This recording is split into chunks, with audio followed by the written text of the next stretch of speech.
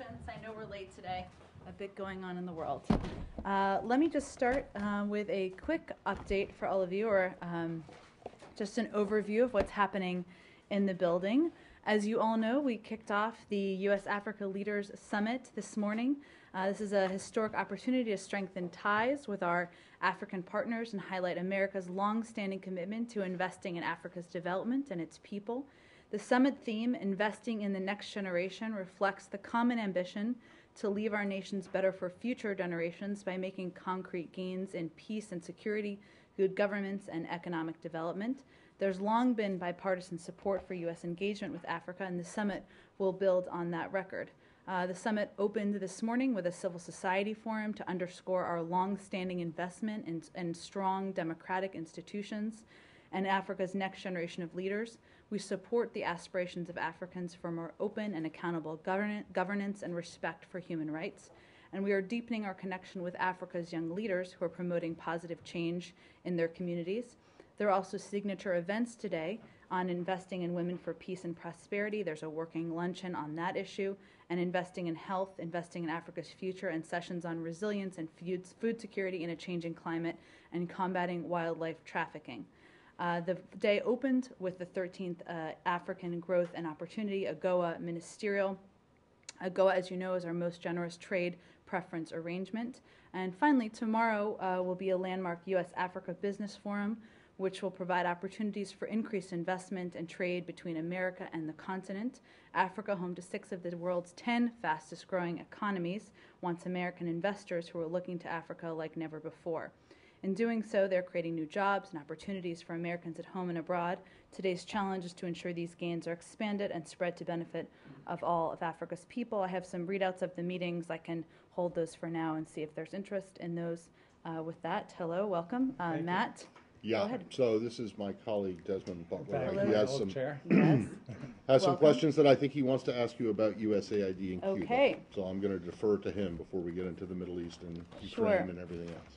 Jan, does the administration think it's okay to use HIV clinics, health clinics, as a front for political activity in other countries? Well, I would refute your description. I did read your story.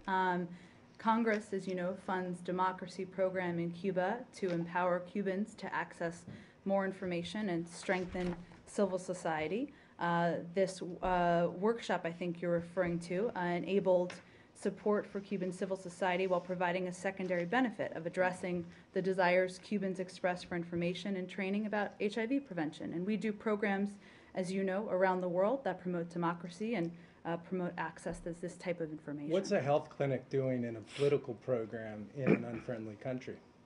Well, again, I think this is specifically a program that was promoting civil society engagement and allowing people to have access to information that they may not have otherwise had. And did the participants know that this was a political program when they were invited to do an educational seminar on HIV/AIDS? Well, I think the program, I of course was not a participant, but I think the program provided information and training about HIV prevention. That was a secondary benefit. But the contractor said in the documents that they called it the perfect excuse for recruiting activists for a political program. Is that okay? Well, I think, again, I think it's important to take a step back here about the kind of programs we do around the world, which, again, as you may be aware, but I think others aren't, are programs that we inform Congress of. Congress is aware of our efforts to promote everything from civil society engagement in countries where people don't have the benefit of open societies as in a place like Cuba. There was a secondary benefit here, which was providing information about these programs. So in some, you think it's okay, because a lot of health organizations who have seen what happened with the CIA's program in Pakistan that has set back vaccinations and probably led to deaths. Well, I would hardly group all of these issues together. I know it's enticing to do so, but there are a range of programs that this contractor, it's important to note, was supporting. The HIV prevention workshop was part of a broader attempt to work with people about things they care about. yet independent of the government. So this was a small example among many. There were community cleanups, cultural activities, tree plantings. There was one HIV workshop, and information was provided, which was a secondary benefit on an issue that people were concerned about. And the contractor called it a success story in a report for USAID. Is that how you view it? Is that a success story? Well, I think it's important to note that we have civil society engagement programs around the world, including in Cuba, and this is a program, or these types of programs are programs that Congress is certainly familiar with. And what about sending young people into Cuba with very little training after Alan Gross? Is there any pause in doing that sort of thing? It seems very, very risky. Well, I think the grantee provided assurances that it had appropriate security protocols in place and would strictly enforce those protocols. As you know, there were steps that were taken at the time, but certainly the security and safety of individuals participating in programs is certainly something we'd be cognizant of. The details that we discovered certainly didn't suggest that the security of the young people who were sent in was really thought through very well. Well, again, I know you were looking at some publicly available information that wasn't classified. I don't know that I have much more to add on it. It wasn't classified, but also far from publicly available. Well, again, I think others could have found it, but Really? do you have other questions, or should we move on to a new topic? I have Sure. one just on this. Why shouldn't the Cuban government, which has accused you of trying to, accused you of promoting regime change activity on the island, why shouldn't they see this as as such an effort? Well, I think the USAID, as many people know, including governments around the world, have a long-standing history of supporting democracy and human rights. There are places, some of these programs, including programs in Cuba, are operated in a discreet manner to help ensure the safety of those involved. This was not a program, this was a program that made information available. It wasn't engaged with, it was engaged with local issues independent of the Cuban government. So Right, that but was you the focus understand, of given it. the U.S. history in Latin America, particularly with, Sure. in terms of regime change in the past, why shouldn't the Cubans be suspicious? Why shouldn't they think that this is something that is aimed at not simply educating their people, but in fact changing and overthrowing their government? Because I think the facts about what the program were focused on are inconsistent with that view. Don't programs such as this actually endanger the work of people who are engaged in health and education and other humanitarian work under the USAID flag? Well, again, Roz, I think there are a range of programs that USAID oversees. Again, these programs are fully, Congress is fully briefed on these programs, and they promote a range of information sharing in countries around the world. And this was obviously a program, and this contract was one that was approved through that process. But doesn't and system. anyone in the U.S. government understand that this is undermining the very credibility that is needed in order for these programs, which are run directly by USAID and through other contractors, namely NGOs, who are counting on the goodwill extended toward the U.S. government in order to do their work effectively? Well, I think you're jumping a bit to a conclusion there, Roz. I think there are programs around the world that are oriented towards developing a more vibrant and capable civil society, consistent with democracy promotion programs worldwide. And obviously this contract was in line with that. But I have heard from others who do this kind of work who say that when USAID deviates into an area that is better suited for another agency, and we'll just leave it unmentioned here, that it makes it more dangerous for their employees to carry out the work that they are trying to do. Wouldn't it be simpler to put up a Let me just stop you there for a firewall? second, because I would hardly compare this to the work of other agencies. This was not a covert program. There are programs that are done discreetly in order to protect the safety of the people involved. But the mission of the program undercuts the work which NGOs tell me that they are trying to conduct, because the first thing that people will ask them is, how do we know that you're not CIA? Well, strengthening a civil society, in empowering a civil society to be more capable is something that was the focus of this program, and that's, again, I think what's being communicated with any who have concerns. Is the Secretary comfortable with this apparent mixing of missions? We would disagree with that characterization.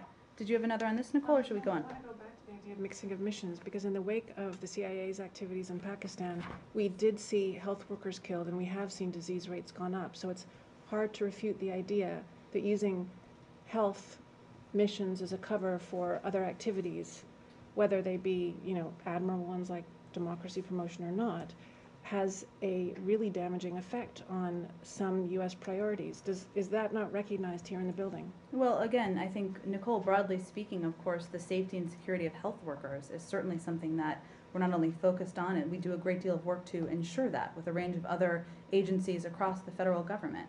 But what I'm trying to convey here is that this program, which is through a contract through USAID, was done in a consistent manner of promoting information, making it available through civil society groups separate from the government. And I would not compare the two. So you don't think it undermines yourself that this served a dual purpose, and one of those purposes was not disclosed to the people. So why shouldn't people be suspicious all over the world when USAID does these programs? No, they didn't even declare this was USAID, for that matter.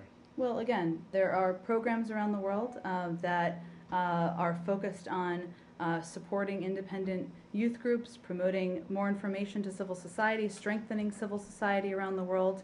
I just wouldn't, our view is we wouldn't categorize it in that way. This was you're saying that overall it was a democracy promotion program, a program to promote democracy? Well, I mean, I think there are a range, promoting a capable civil society has a range of Right, but benefits. promoting democracy is one of them? I mean, you guys do not regard Cuba as a democracy, do you? Well, Matt, I think that So if there you're are... promoting something that you say is antithetical to the Cuban government's way of governing, then clearly Well, I it's think I aimed at stated regime it was change, separate no? from the Cuban government, that the purpose was to provide a range of information that was of interest to the Cuban But people. you've essentially said that a health workshop organized by USAID secretly in Cuba had a political purpose that was not declared. That's not what I said. I Yeah, think we're but ready to move on to the Can new we topic. go to the Gaza Sure, situation? one moment. Gaza Go ahead, war? Nicole. Go I ahead. just would like confirmation on reports that Alan Gross has refused to see the new U.S. head of mission there, and to ask if you've heard from his family about his decision. I think his spokesman put it that he's just decided it is not worth living anymore. The U.S. government has not gotten him out, I'm sure not for lack of trying. Do you feel like you could have done more? Well, Nicole, let me first say that Cuban authorities have unjustifiably kept Alan Gross in prison for more than 4 years merely for helping Cuban citizens gain access to the internet, a goal the Cuban government now espouses. We keep his case at the forefront of discussions with the Cuban government, make clear the importance the United States places on his welfare. And we engage also with a range of our foreign counterparts at the highest levels and urge them to advocate for his release. So we urgently reiterate our call for the Cuban government to release him immediately. Absent written authorization, there's really not more information I can share about the specific reports. We've seen the same ones you have seen. Can we go? At least, if we're done with Cuba. Follow up on that one more? Go ahead. In view of the Alan Gross case, was it wise to continue these type of programs in Cuba? Well, again, I think as I stated previously, the security arrangements were, and I think I answered this a few minutes ago, the security arrangements are something that we receive assurances from by those we work with. That was the case here too. Middle East. Middle East, yeah.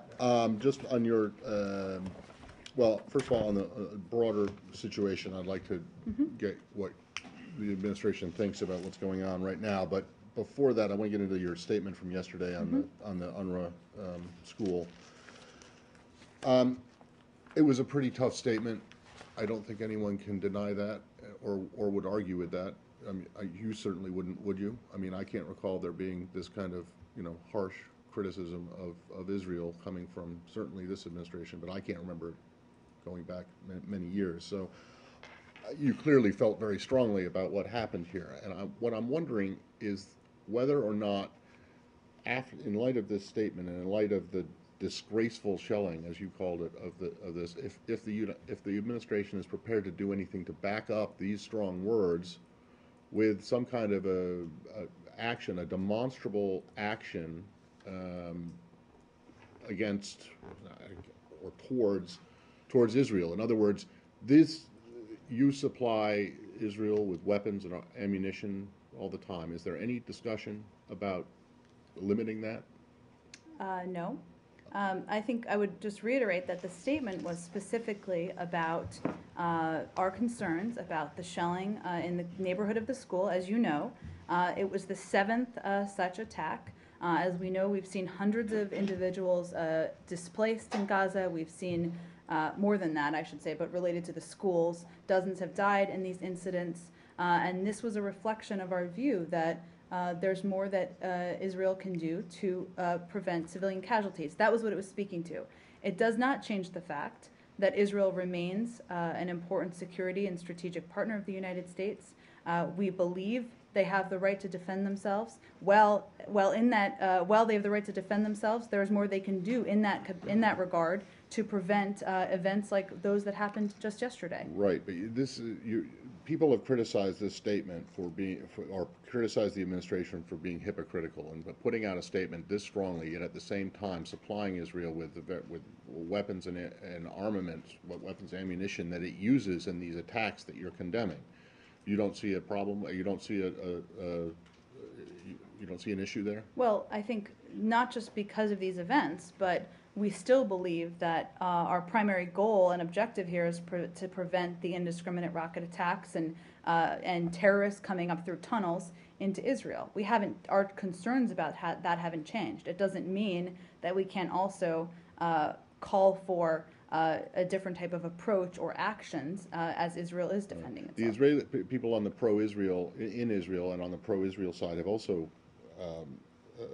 accused you all of hypocrisy, particularly for this line that says the suspicion that militants are operating nearby does not justify strikes that put at risk the lives of so many innocent civilians.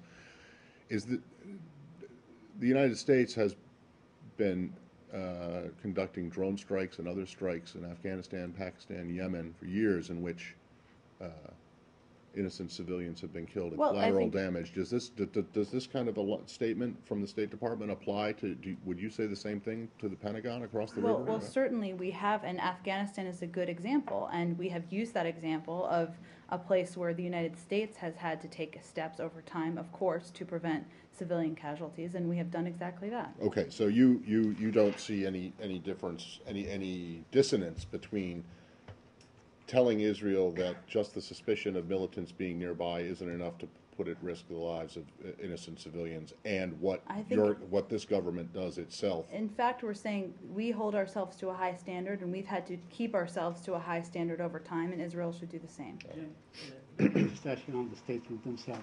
You said you were appalled. Then Samantha Power, the ambassador at the UN, called it horrifying. You both called for Israel to do more to stop.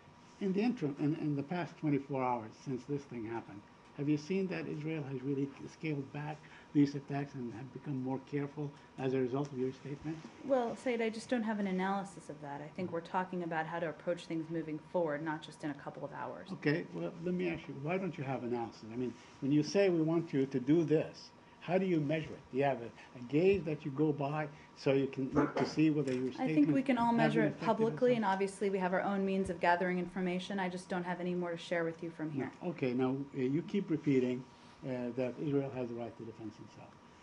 Do you believe that doing such a strike, conducting such a strike, is part of Israel's self-defense? I think our statement spoke to it yesterday, Saeed. That doesn't change the fact that Hamas is a terrorist organization that has been attacking, launching rocket attacks, coming through tunnels. That is still our primary concern here. Okay. Now, on the issue, on the efforts to conduct or to do a ceasefire, there's a lot of talk now that maybe they are on the verge of doing a ceasefire. Are you involved in this process at all, or is the Secretary of State completely now disengaged after being so frustrated? No, quite the contrary, Saeed. I think the Secretary has been engaged through the course of the weekend with the same counterparts and interlocutors he was prior to the weekend, including Prime Minister Netanyahu, including the Qataris, the Turks, the Egyptians, others who have been engaged in this effort. Our objective here hasn't changed. There needs to be a prolonged ceasefire in order to have a negotiation about these key issues. Otherwise, it's difficult to see how there can be stability and peace in the region. Will the Secretary forego his ideas that he introduced to add to the Egyptian proposal and go back to the Egyptian proposal, since both Qatar and Turkey have been completely nixed out of the process? Well, first, I'd refute a couple of things you said. One is what we're talking about here is a prolonged ceasefire where the difficult key issues could be discussed. Obviously, there's fighting that's ongoing. There was a short ceasefire that happened today. The Egyptians have indicated an openness to hosting. Frank Lowenstein returned overnight. He'll be back later this evening, but he's prepared to return. But that doesn't change the fact that we feel is an important part of how to resolve the situation here. The Secretary will continue to be involved and engaged because he wants to see an end to the violence on the ground. And my last question, early on in this conflict, I asked you at what point Israel's actions be termed as a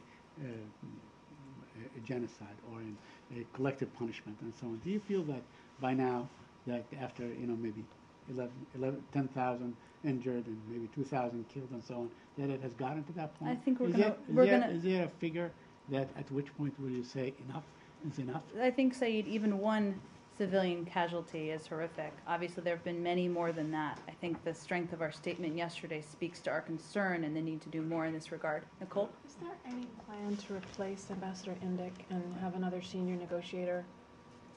Frank Lowenstein Sorry, what? has taken. Oh, Frank Lowenstein has taken his place. then We won't show him that part of it. About this. Netanyahu has said during the last hours that there is a country that is helping all this situation, and he mentioned Qatar.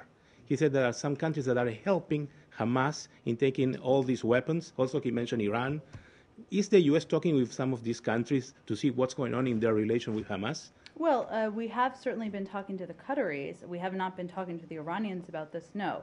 The Qataris have been an important interlocutor, and they were through the course of last week, not because they need to be in the middle of it, but because they have a relationship, an influential relationship with Hamas. And certainly we can sit there and talk with the countries that we all agree with, but that hardly creates a successful negotiation. So that's why we've been engaged. The Secretary remains engaged with the Qataris and the Turks, and I expect that will continue. But the U.S. agrees with the Israelis that Qatar is helping Hamas in getting all these weapons that they are using to throw to Israel? I think that our view is that the Qataris can play a role here and that they have a relationship with Hamas in working towards a resolution. Do you believe that Qatar is providing Hamas with weapons? I did not state that. Ali?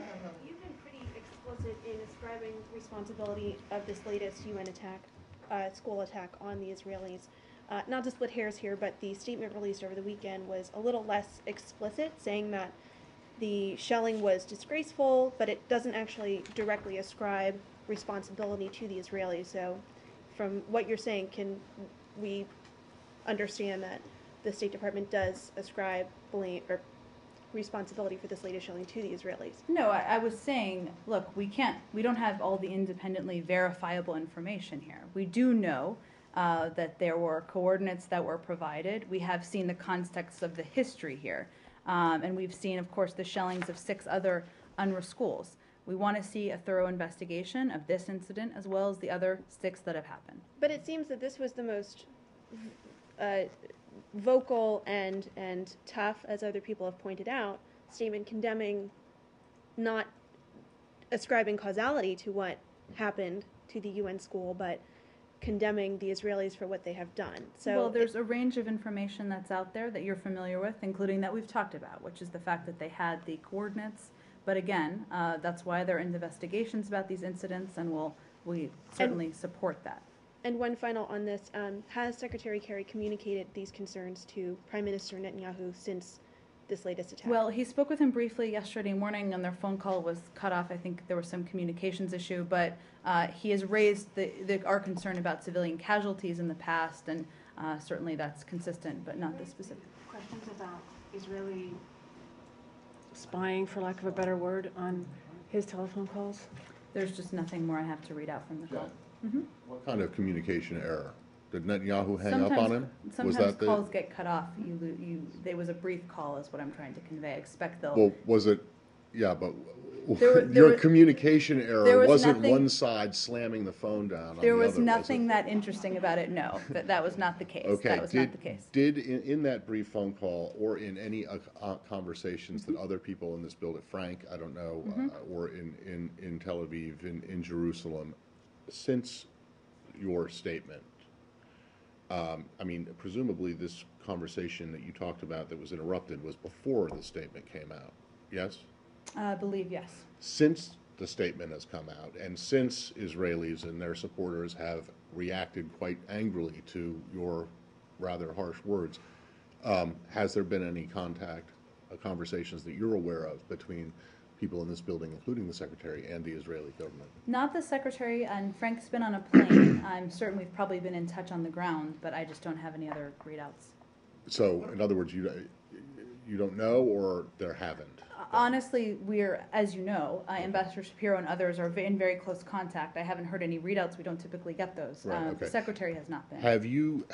Are you aware of the criticism of your statement that is coming from Israel and the pro-Israel community? Of course, I've seen information out there You in are? news reports, Matt. But Okay, so the former Israeli ambassador to the U.S., Mr. Oren, was on one of the shows earlier today and said, this is not the way that friends and allies, treat each other. They don't say things. What do you say to criticism like that? Well, I think our concern here is not a reflection of our strong relationship with Israel. It's about these specific incidents Okay. and the fact that they can do more to hold themselves to a high standard. One of the One that they've put out there. You also said that you would expect, and that Israel should be able to expect more from its main ally. You don't share that sentiment? Well, I think there's no country in the world, I think, that supports Israel's security more than the United States. And that is evidenced by the amount of funding we give to the Iron Dome, by a range of steps we take. That hasn't changed. I think we still, the strength of a relationship is often shown by the ability to express concerns when you have them, and this is a case. All right, and then just getting back to the provision of U.S. military equipment to Israel. Because, given the statement that you made yesterday, with that as backdrop, does the administration have any concern that weapons that it has either sold or given or transferred some other how to Israel is being used in what you call a disgraceful shelling of a UN school or similar incidents? Well, Matt, I just don't have that level of information. I mean, certainly we expressed concern about the incidents here because we think there's more that can be done. But, as you know, these requests are reviewed on a case-by-case basis. I Right. don't expect that will change. But there are those who would say that the U.S. that you have condemned something here that the U.S. is actually complicit in, because it is providing so much the support that you just talked about in answer to my previous question, providing that to Israel. The administration is not concerned that the stuff that it's sending to the Israelis is being used in military operations that you condemn as appalling and disgraceful? Well, I think we made clear that having military targets in an area doesn't justify it. So I think the statement speaks to some of the concerns we had about materials that were used wherever they came from. On this issue, Jen, your ally, Great Britain, Mr. Cameron, is doing a review of the arms that they are supplying to Israel to make, just for that very purpose, to see whether the ammunition or the arms were actually used in these school attacks. Will you be doing the same? Well, Is we that something already that you are review all considering? requests for military No, assistance on I'm a not talking about case-by-case the basis. request. He's reviewing the whole package to see whether these arms have been actually used in these particular incidents, as they were There's called. no by- other review I have to read out. When you mention high standard, the terrorists are shooting from hotels, they are shooting from schools, they're shooting from houses. Which is a high standard to fight against terrorism? How can you explain The terrorists are shooting from? I'm Yes, sorry. yes, from hotels. Today I saw pictures today from the IDF showing that they are shooting from hotels, they are shooting from restaurants, they are shooting from many crazy places that are civilian places. Do you have an idea of what is a high standard to combat terrorism. I think I'm going to leave it at the statement we issued yesterday. Go ahead, Roz. I want to go back to something that happened on Friday and then happened a couple of weeks before, earlier in the conflict. When the first Israeli soldier was missing, the Israeli government quickly said, Hamas has captured him, we want him back. The U.S. echoed the message. Same thing happened on Friday, and in both cases it turns out that both soldiers sadly were killed in action. What was the independent intelligence that the U.S. had in order to say, backing up Israel, Hamas, you have this soldier, give the soldier back, and then when it developed that the soldier was in fact killed in action and was buried, on Sunday, there was nothing from this government. It brings to mind the Pat Tillman case. I would hardly make that comparison. We acted on information that was provided by not just Israel, but also the UN. Obviously, there's sometimes is information that isn't yet verified from the ground, but if there was a risk of that an Israeli soldier was kidnapped, which was the information that we had available at the time, we certainly have no regrets about calling for their release. Can you say what that information was? I mean, it's very sensitive to Again, say, I think or to accuse anyone it was of based having on captured a information we soldier. received from Israel as well as the UN. But the information really, it was basically the Israeli narrative. I mean, Hamas kept saying, we don't have a soldier. We did not capture a soldier. They kept yelling out since the very first moment. But you bought into the Israeli narrative, and you acted on that premise. I know. In Said essence, it was giving based on Israel a green information we light. received from both Israel and the UN. Yes, please. Can I slip a question that we're hearing Sure. about a possible ceasefire coming from the Islamic Jihad? Do you know anything about that? Palestinian television has an interview with one of their top people. I have not seen those reports. I think we all saw there was a brief ceasefire today. Obviously, our view is there needs to be a prolonged one, so there can be an opportunity for negotiation. I can check and see if there's more that we have on There's that. also word that the Israelis may be considering what had been discussed in Cairo, this proposal from IJ and from Hamas. Well, obviously, if all sides agree to a ceasefire and a prolonged ceasefire, and there's an opportunity to have a negotiation about the key issues, we'd certainly support that. There's been a range of conflicting reports over the last several days and weeks, so let's see what the facts are, and we can look into those. Yes, please. Reports Go ahead. in the region that the possibility of as Deputy Secretary of State Bill Burnsby play a role in this process. Is there any confirmation or declining of this? Well, we were originally considering having him go out to Cairo, obviously after the events of the last couple of days. I think it's safe to say that's currently on hold. I mentioned Frank Lowenstein is returning. He should be back later this evening. He's prepared to go back, and of course we'll assess if there are more individuals we should send should things resume on the ground. So the Bill Burns issue is completely out of picture now. Well, again, I think obviously we're assessing day to day what's happening on the ground and what the needs are. And just like any senior diplomat, he's prepared as Frank Lowenstein is prepared if the situation on the ground warrants. But that's not where we are at this particular moment. More on this particular issue? Yeah, it's on this topic. On No, North no, Korea? not Oh. on North Same Korea. topic. It's still the same thing. Okay, One, we'll go to North are Korea you next. aware Sorry, of Elliot. the a senior Iranian official saying that Iran helped Hamas improve its missile or rocket capability? And even if you're not, I presume that you think that, or your intelligence assessment is that Iran has supplied Hamas and others with this kind of thing. Do you have anything to say about that? Well, we have long known that Iran provides, weapons, training, and funding to Hamas. I don't really have any more, and that remains a concern of ours. Obviously, as you know, our focus remains with Iran on the nuclear program and the nuclear negotiations. It doesn't mean we don't have existing concerns outside of that. All right, and then just back on the one question, I think, was it Nicola, who said that you have zero to say at all about this report, this Spiegel report about the Israel spying or eavesdropping on the Secretary's calls? Is that? Well, I'm not going to comment on intelligence reports. Some have asked sort of what precautions we take. How about commenting on a German magazine report? Or on a German magazine report on intelligence reports. Just so you are all aware, and I think many of you are, but the Secretary and his senior staff and everyone in the U.S. government is aware of the threat posed by potential intercepts of publicly available and unencrypted communications. We have at our disposal tools such as secure phones and computers for highly classified communications, but there are also times we communicate less sensitive information via open lines to world leaders and others. We're fully aware of the possible risks.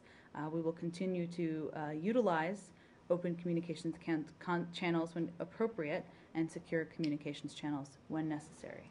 Are you aware of that being a particular risk or a similar risk to other countries in Israel? Does that apply, what your statement that you just read there, does that apply to every country in the world? Applies to a range of countries. Certainly not going to list them. Well, I'm not asking you to list them all, but does it apply to all countries in the world? That was not a how we handle things answer broadly specific to, I'm sorry, it wasn't specific to Israel. It's broadly our policy. Fair enough, but I mean, does it apply to every country in the world? I mean, does it apply the same way in Canada as it would in Russia? Depends on what you're discussing, Matt. Well, so that would seem to be a global that would be a global policy that you're talking about right there. I think it's safe to say we talk on classified Right. lines sometimes and unclassified But lines the other risk times. or the concern of eavesdropping exists everywhere in the world, including in Israel, including in Senegal, including in Australia. Yes or no? Obviously, I'm not going to get into that level of specificity. On this very point, Let's go to Nicole and then we'll go to you, Said. Go ahead. Why use unsecure lines at all, unless perhaps there may be a value to using them? Perhaps you don't mind being overheard, but why not always use secure Because lines? there are places and times where that's just not possible, and there are a range of conversations that we certainly feel comfortable having over unsecure so lines. you're not surprised that the Israelis were spying on unclassified phone Again, calls? Said, I have no confirmation of those reports. I'm just speaking broadly to the But were you precautions we surprised by take. the reports? Were you surprised sorry? by the report? Since he was conducting the peace talks at the time. I'm not going to have more specifically on the report, Said. I will say that the range of times that the secretary was in the region and the number of meetings he had, regardless of the reports, it's hard to see what wasn't said during those meetings. Avigdor Lieberman suggested today that perhaps making Gaza a ward of the UN, as it were, having it under international control similar to Bosnia or the earlier British mandate in Palestine might be the way to resolve the conflict long term. Is that a realistic proposal from the U.S.'s view? I haven't seen those comments. I'd point you to the UN. I'm happy to check and see if that's something we're advocating or supporting or have views on. If you could, that would be great. Sure. Do we have any more on this topic, or should we go to a new topic? Yeah, let's follow. More on this topic. Go ahead. Somehow related, because it's the other day it was Okay. in the part of the comparison diplomacy, as we said, it was mentioned the issue of Egypt and if it's comparable to the supplying Egypt to the, with arms is the same like Israel, and it seems that this is reflecting back at Egypt, and over there your counterpart in the foreign minister of Egypt is describing with different words about unacceptable, ignorance, and all these things. Do you have any comment about that? Well, let me first say that obviously we were in Egypt just 2 weeks ago. For about a week we lived there as they were hosting the secretary for, as we tried to work through a ceasefire. We have a long and enduring strategic partnership with Egypt that will continue. But there are comments that we have made over the course of the last several months or longer as Egypt has gone through this transition when we've had concerns about issues, whether it's freedom of media or arbitrary arrests, or our view that there's more that they can do to continue to take steps on the path to democracy. And the comments made last week were completely consistent with that notion. So I would point you to that. And I'll also say that we've long acknowledged that Egypt not only faces a significant and growing threat from extremist groups, particularly in the Sinai, but that Egypt has an important strategic and security relationship with the United States. And one of the reasons we resumed, an additional tranche of security funding just a few months ago was one, that there were certifications that were met, but also because this security partnership and relationship is one that's of vital importance to the United States. So the issue is not how I understand it or I accept it or realize it. It's the issue of how your counterpart or the officials over there are understanding it, especially when it was mentioned, according to them, it was mentioned that F-16 and or Apache are not used against Egyptian people, as they said. Do you have anything to say about that? Because just Marie said that words. It's like those weapons are not hold because Egypt using those weapons, or Egyptian government are using this weapon against their own people. Well, I think, again, I would just point you to the fact that there is certain funding that we have resumed with Egypt. There is additional funding that there are additional steps as Egypt continues on its transition to democracy that Egypt needs to take. The comments made were completely consistent with concerns we've expressed, but I just wanted to reiterate the importance of our strategic relationship and partnership. And we have continued throughout the past year to provide military equipment. So I think that speaks to how important we think that relationship is. I'd also note that the Prime Minister is in Washington this week. We certainly welcome him here for participation in the U.S.-Africa Leaders Summit, which will proceed over the next couple of days. Are you going to discuss this issue with him? I would defer to them if these are issues they want to discuss, but I think there are a great number of topics that we can spend our time with the Egyptians on, whether it's our security partnership or our work with them on the pursuit of a ceasefire in Gaza. Okay, go ahead. North Korea. Elliot, did you want to go? No, that's fine. My question was answered already. Oh, all right. On North Korea and on can we let's just finish the ceasefire and go ahead. Yeah, there were reports that Deputy Secretary William Burns was in Cairo over the weekend. Can you confirm it? He did not travel to Cairo over the weekend, no. Frank and is there any Lowenstein was plan there. for him to travel there? We're continuing to assess based on what the situation is on the ground, but he has no plans to travel there today. On North Korea, the possibility of the North Korea using biological weapons. Does the State Department have any report on that? Because of last week reported by State Department on this. You have more detail on that.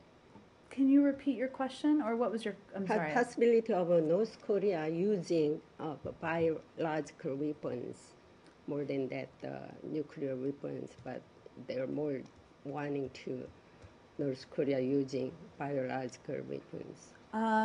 Well, I think we've expressed and have continuously expressed our concern about not only the threats from North Korea, but the recent set of missile launches by North Korea. This is an issue we've referred to the UN and continue to be engaged with discussions with them. I'm not aware of a new concern that's. Can you take the question about these issues? They using biological weapons instead of nuclear weapons. Sure, I'm not aware of that specifically, but I will see if there's more to say. Yeah, I have another question. Okay. North Korea is continues threatening United States and South Korea with their missiles or nuclear weapons. What is the United States reaction to the right away? Well, we would once again urge North Korea to refrain from taking provocative actions and instead fulfill its international obligations and commitments.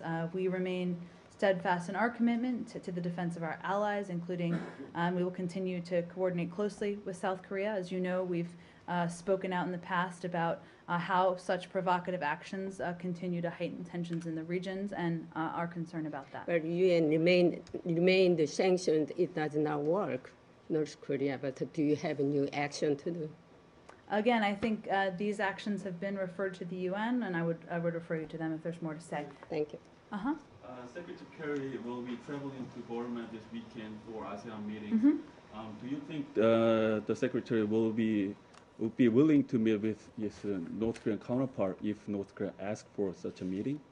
No, bilaterally? There's no plan for that, nor do I anticipate that's something that would take place. Can we finish Asia and then go ahead. So Japan has named 5 disputed islands and the Chinese have denounced it. I wondered if you had any comments on whether you thought this was a provocative action by Japan. I'm sorry, I want to make sure I'm referring to the right thing. You said Japan has named, can you say this one more time? Yeah, there were 58 islands or so, and as you know, there's some disputed islands. Japan has named a handful of them, 5 of them, on Friday, I believe, and China has denounced it, and I wondered if you had any comments about that. I'd have to check with our team on that. We're happy to get you a comment on it. My apologies. Thanks, Jen. They didn't have that with me here today. Go ahead and let's finish Asia, an Asia issue. Okay, go ahead. Republicans in the Senate are refusing to confirm Mark Lippert as new ambassador to South Korea, claiming he's a political appointee, nominee. Do you have any comment on this? Well, I'd say that Mark Lippert, who has been the chief of staff at the Defense Department, has been a close advisor to the president, has served proudly his country in the military. I've had the pleasure of working with him on several occasions. I think his qualifications speak for themselves, and South Korea and the United States would be well served having him there. Thank you. India, sure. I hope you had all good times in 2 days in India. What we would like to know, beyond joint statements that this was the historical visit by the Secretary under the new government of Prime Minister Modi, what do we get out of this this year's, under the new government strategic dialogue? Have we achieved anything U.S.-India relations under this convention? Well, I think one, it was the highest level visit of a member of the Obama administration to India since Prime Minister Modi was inaugurated. And in addition to the strategic dialogue, he did have a bilateral meeting with the Prime Minister, and it was the Prime Minister's first cabinet level meeting with a U.S. official. And discussions during that meeting covered a wide range of topics with considerable focus in large part on Mr. Modi's economic vision, how the United States can help to advance that vision, including through support to the energy sector and through clean energy initiatives. There was also significant discussion of the WTO, with the Secretary reiterating our position that unraveling the Bali Accord was not in India's interest and was not in keeping with Mr. Modi's vision of opening the economy. They also discussed Afghanistan and Pakistan, as well as India's Look East policy. So I would hardly see this visit as an ending or a conclusive visit as much as a beginning of a important relationship with a new government and one that has great strategic value to the United States. You think the Secretary has melted the ice from the past between the two countries, what had been going on? Well, I think it was certainly a warm visit and a warm meeting, so hopefully that will melt the ice. Quickly, one more on Afghanistan. Afghanistan. He set it up for me. Thank you. Sure. Almost 15 years ago, people of Afghanistan were very thankful to the U.S. for getting freedom from the Taliban and Al-Qaeda. Again, today they're asking the international community of the U.S. support or UN help to have a relief because they are still in the limbo. I mean, as far as this presidential election and all those things, and Al-Qaeda are still coming back and all that. So what's the future they are asking now? Well, I'm not sure what I can speak to what they're asking as much as where things stand now. The Secretary has been very engaged in this, as you know. He recently visited Afghanistan. We have senior officials who's been consistently on the ground. After a break for the Eid holiday, the election audit has resumed. Notably, both candidates are participating and sent candidate agents to observe the process. The IEC, along with the UN, has continued to improve the audit process so it will move forward more quickly and efficiently. We remain confident that the two candidates and their supporters will be able to work together effectively in the government of national unity. I think, of course, the people of Afghanistan want to see the conclusion of this process so that they can move forward, and the United States will, of course, continue to be play an important supporting role of the Afghan people. Could I ask a quick question on Lebanon? Sure. Lebanon. Can we go to Russia? Sure. Ladies first, and then we'll go to Lebanon. Go ahead, Russia. A couple of briefings ago, Marie said that you guys continue to see weapons shipments from Russia into Ukraine. I'm wondering what, if any, detail you can give us on what you're seeing, where you're seeing it going, when you saw it go. Sure. I will Thank see, you. Nicole, if there's any other details we have beyond what we have. We do continue, of course, to see evidence that Russia is supplying the separatists with arms, material, and training. I think Marie noted evidence last week that the Russians intend to deliver heavier, more powerful, multiple rocket launchers to the separatist forces in Ukraine. Since the shootdown of the MH17 multiple rocket launcher activity there has been multiple rocket launcher activity, at a Russian site in southwest Russia. That has continued, and multiple rocket launchers continue to depart and return to the site at irregular intervals. Further We think that Russia may be preparing to transfer heavier multiple rocket launchers to the separatists. Those are the recent updates that we've really had in terms of our concerns about the transfer and supply of weapons and movement on the ground.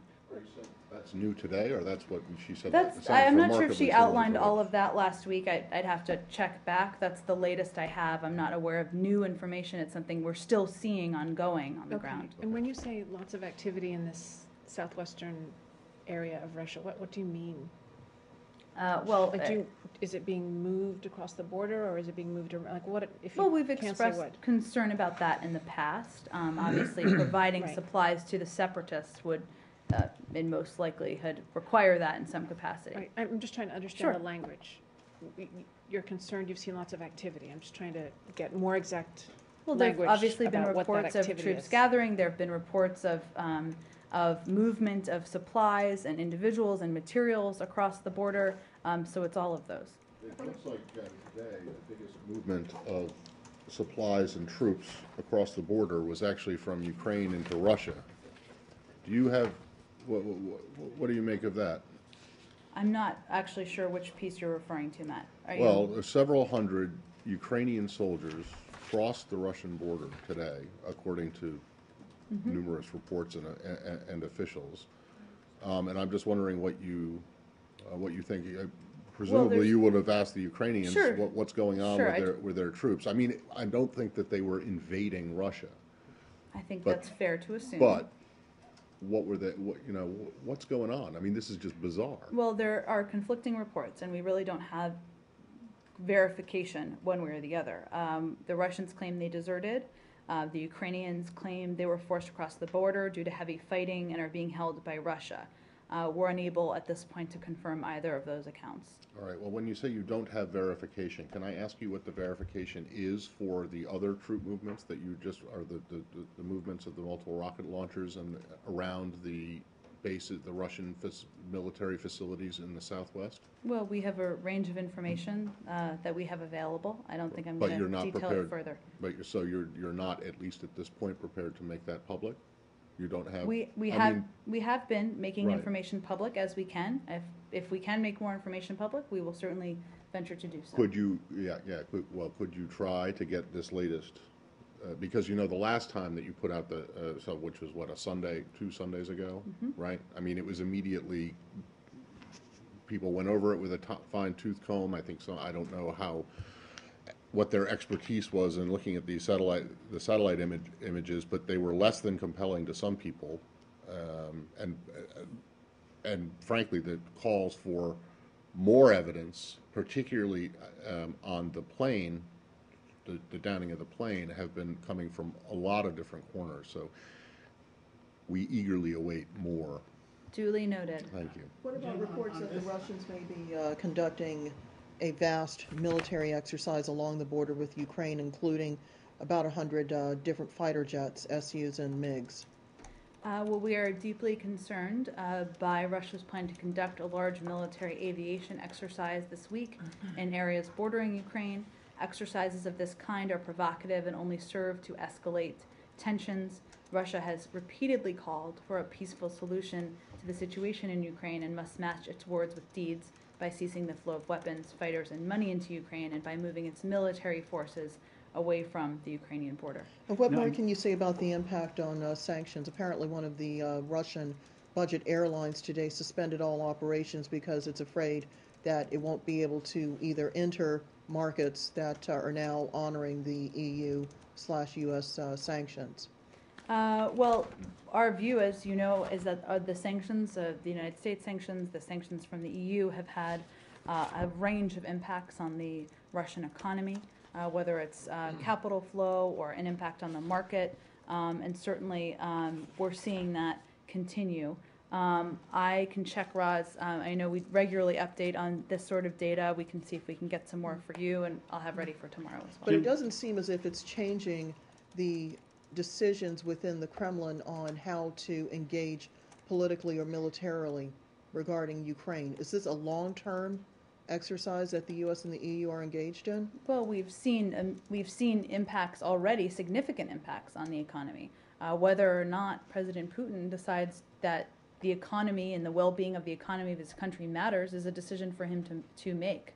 But certainly we're seeing an impact of the steps we've taken. Did you happen to see the president's interview in The Economist, where he calls Russia doesn't make anything? He basically reduced it to a third world country that cannot deal with the economic situation. He doesn't see people running in droves immigrating to Russia and so on. What do you make of that?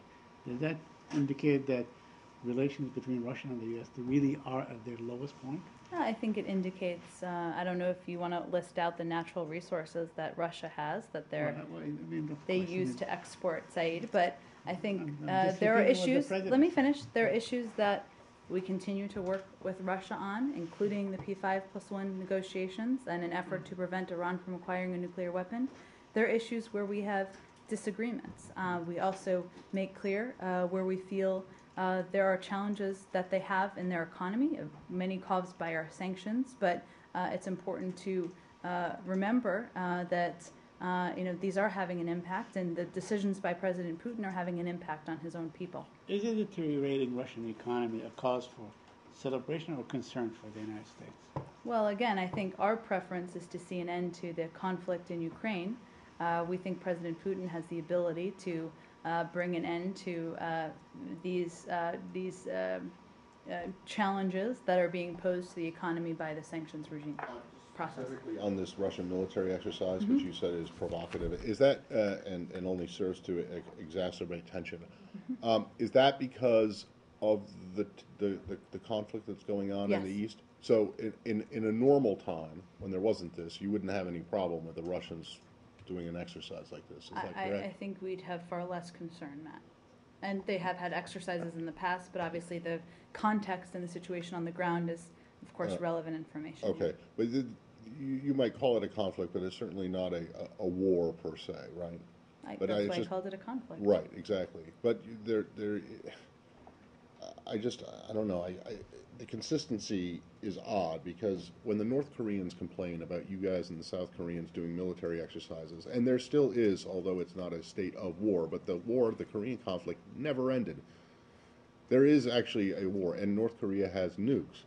And you dismiss and brush aside their concerns when you do these military exercises with the South Koreans in the midst of this state of limbo where the conflict still exists. So I guess I just don't understand why it is that you think that the Russians shouldn't do a military exercise on their own land. Because our focus here, and a focus that they have stated publicly they support, is to de-escalate the situation on the ground. And obviously actions speak to that. So you think that this is intentionally provocative, trying to further destabilize the situation in Ukraine. Is that correct, this exercise? Is that well, whether it's intentionally or unintentionally, it certainly has an impact on the perception on the ground. Go ahead. I'm watching the clock. I'd like to get an Ebola question in, please. Sure, of back course. to Africa and the Nigerian announcement that there's been another case. Can you tell us anything about the doctor, how he was exposed, perhaps whether this ZMapp is going to be part of the treatment, the serum again? Well, I will just make clear that, of course, the CDC and our health colleagues are going to be the most appropriate outlets for providing updates on the health of any individual. We are certainly working with the World Health Organization and other international partners to help governments that are impacted in Africa and to contain the outbreak of the Ebola virus in West Africa as quickly as possible. You referenced Nigeria. I believe I have something on that. Just give me one moment. We are aware of the new confirmed and suspected cases in Nigeria. Senior level U.S. government officials have been in touch with key Nigerian government officials and have discussed the current Ebola situation in the country, preparedness efforts, and the necessary response measures. These conversations are ongoing. Anything about the patient himself, the doctor, how he was exposed? We're not the appropriate briefer on that particular type of information. I'm not here all the time, so maybe you can help me date back to when the State Department got involved in the whole Ebola thing. And does Secretary Kerry sign off on the various responses and actions that are taken here out of the building? Well, he's certainly kept updated and appropriately briefed. The role the State Department plays is to coordinate with local authorities within governments We often serve as a liaison with families who are impacted, whether in this case or other cases. As you know, there have been past health cases, whether it was SARS in 2003 or drug-resistant tuberculosis in 2007, where American citizens were impacted. So those are the roles the State Department plays. Obviously, the CDC, in cooperation with DHS, but really the CDC ultimately is the lead on a range of When steps did the that State are Department taken. get involved in the current instance of the Ebola outbreak, though? Is there a date or? I don't have a particular date. I think it's safe to assume we've been engaged from the beginning, given there's been engagement with foreign governments and local authorities, and especially when American citizens are involved. And does it make sense right now to bring patients to the United States for treatment if the idea is to keep this contained in place? Well, I think, again, I'd refer to our health colleagues who have quite a few more degrees than I happen to have. But the CDC has been clear that it's very unlikely that Ebola will spread to the United States. We continue, and they made clear that they continue to believe air travel is safe as an appropriate precaution. The State Department continues to work closely across federal agencies and with our African partners to make sure appropriate procedures are in place. DHS, of course, and other agencies have the lead on things like screening, but we work, of course, with countries, and as is the case with Nigeria, in order to play any role we can play. I have a hypothetical on Ebola. Uh-oh. I love how you pose it that way. The two Americans who have been confirmed, the doctor who's already back, the volunteer who is said to be coming back on Tuesday, apparently have been treated with this highly experimental, not cleared for general use yet, serum. If indeed there were a determination from the CDC and others in the U.S. government that this medicine could be useful in stemming the spread of Ebola, is there a legal role for the State Department to facilitate the transfer of this serum to other countries, or is this strictly done between health agencies in one government and another? That is a big hypothetical with lots of steps. I think the State Department, if we had any role, would be very far down the road. So I'm just not going to entertain a hypothetical. I think the CDC is probably the most appropriate place for that question. Are you aware on this in Liberia of a small U.S. military team maybe working out of the embassy or with the embassy on Ebola-type issues in Monrovia? I'd have to check on that, Matt.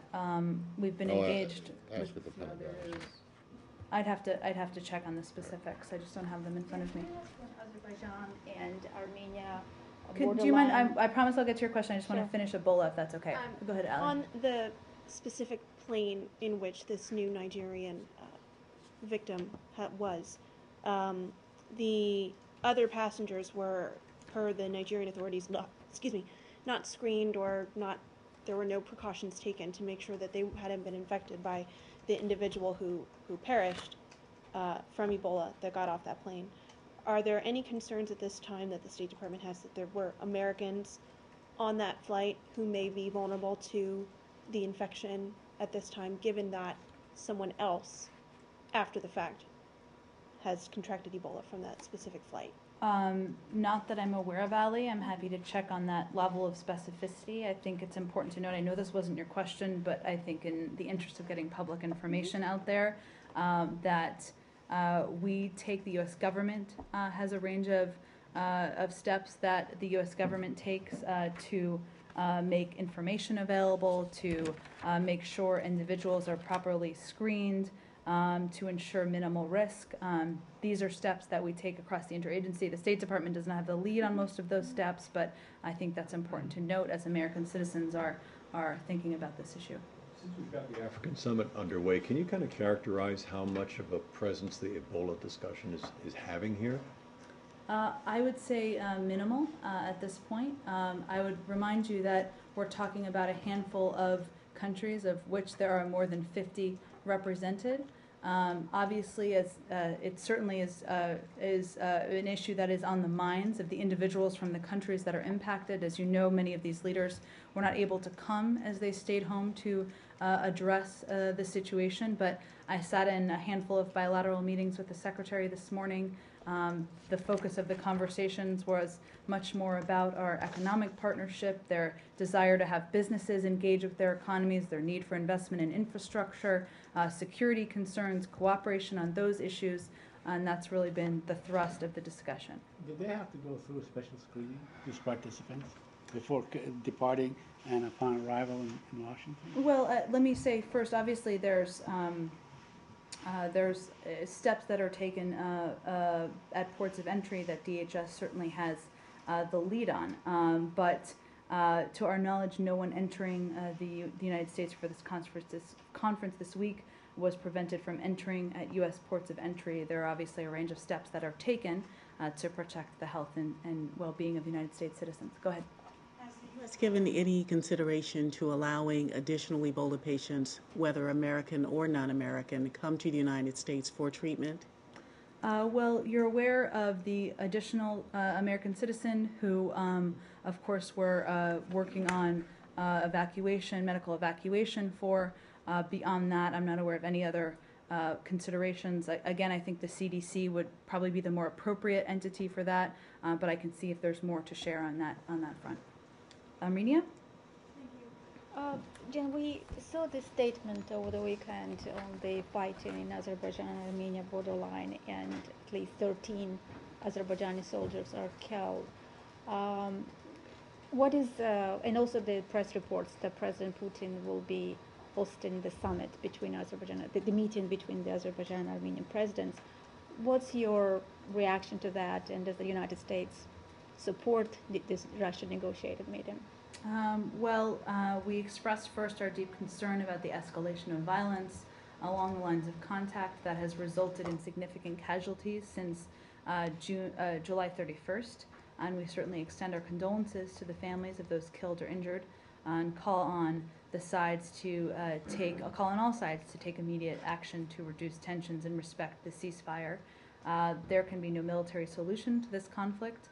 Retaliation and further violence will only make it more difficult to bring about a peaceful settlement. We remain committed as a co-chair of the Minsk Group to helping all sides reach a lasting settlement to the Nagorno-Karabakh conflict. In terms of the specifics of the meeting, I haven't talked to our team about that specifically. We've traditionally been supportive of meetings to have a dialogue about these issues. Approximately a month ago, U.S. Special Envoy James Warlick, he laid out the U.S. policy regarding the Nagorno-Karabakh conflict, and it was believed that the next round of meetings of the peace talks between Azerbaijan and Armenia will be taking place in the United States. A summit in Rambouillet, Moscow, and the next will be United States. What happened there? Did the United States initiate it to hold these peace talks? Did it fail? And where is the OSCE Minsk Group? Is it completely out of the scene? Is the United States co-chair even participating in these talks? I'm not. Russia has also expressed its concerns about the recent violence. I'm not aware that that was formally planned, or it certainly wasn't announced. I can check and see if there was a meeting that was planned, or down the road in planning. It may have just been a rumor out there. Your statement yesterday, I think it was, about this is Iraq, about the gains that ISIS has been making against the Peshmerga. Do you have any specific concerns, and you don't need to repeat the statement that you put out yesterday, unless you really, really want to, but I'm just wondering, do you have any concerns about this dam that they seem to have taken over, and the possibility that they might use it for some kind of nefarious purpose? Well, we are, of course, monitoring the situation closely. We know that the Mosul Dam, has been in the sights of ISIL since its offensive began in June, to further threaten and terrorize the Iraqi people. While the situation is fluid, our understanding is that the Peshmerga forces remain in control of the dam. Certainly, we would be concerned if that changed. Okay, and do you have anything to add to the statement from yesterday? I don't believe so, though I'm happy to. Well, just that there seem to be a lot of religious minorities fleeing. They're not seen, there are. And I'm wondering if you have any update on that, or any update on conversations that you all have had with the Iraqis about boosting assistance to the Kurds, if there is. Well, Ambassador Beecroft, of course, remains our point on the ground. Deputy Assistant Secretary Brett McGurk is working in close partnership with him, so U.S. officials from here and in Baghdad have been in contact over, of course, the last 24 to 48 hours with Iraqi officials in Baghdad and Erbil to discuss a coordinated response to the humanitarian situation. You mentioned there have been populations, including many vulnerable minorities who have fled areas where ISIL has been attacking. That, of course, is of great concern to us and is an issue that we are closely watching. And, of course, facilitating cooperation and direct assistance between Baghdad and Erbil is part of our focus. I'm sure you may have seen the statement made by the government of Iraq and their efforts to support with air power, with airstrikes, what is happening. We certainly welcome the statement made from officials in Baghdad that Iraqi security forces will provide air support to the Peshmerga as they counter this latest ISIL offensive. The Peshmerga have played a critical role in addressing this threat, and the focus of all parties needs to remain on enhancing cooperation between Baghdad and Erbil to not allow further advances. So that certainly is what we are focused on from here and in Baghdad. Okay, I have one more very brief one, and that is, do you have any update on the situation of the Americans arrested, detained in Iran?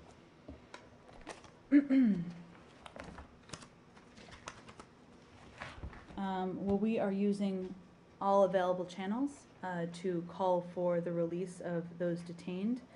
We've requested consular access via our Protecting Power Switzerland to provide appropriate consular services. We're not able to comment further at this time due to privacy considerations, but of course we are taking every step we can. Well, when you say you've requested consular access, does that mean you haven't gotten it yet? Is that? As I understand it, there's not an update we can provide on that. I'll see if there's more specifics we can get into. Okay. Well, when the Swiss do finally get in to be able to see them, can you assure us that they will be offered the chance to sign a Privacy Act waiver so we can stop this? That is his standard back and forth operating procedure, yes. John, I had one housekeeping question. Okay. On Armenia, Azerbaijan. Sure. Has the State Department restricted travel of diplomats in those countries to the border area? Have there been any sort of safety precautions put into place? I'd have to check, Nicole, if there's been any travel advisory or anything like that. That's not for citizens, but for diplomats. But for travel, let me take it and see if there's Thanks. anything specific on that front. Just going back to Iran, is there any concern in the administration that this move that these detentions are in any way aimed at trying to sabotage a move by the hardline people in Iran to sabotage the nuclear talks? I don't think we're ascribing motivation at this point in time. On Iraq, a high-ranking Iraqi, Kurdish official said that the United States has agreed to provide arms to Peshmerga. Would you confirm, or do you have anything to say about this? I don't have any confirmation of that. It's actually our focus remains encouraging cooperation and continued coordination between the ISF and the Peshmerga forces. And again, I just spoke to the statement by the ISF today about their plans to provide air support to the Peshmerga, and we certainly support that effort. Thanks, everyone. Thank you.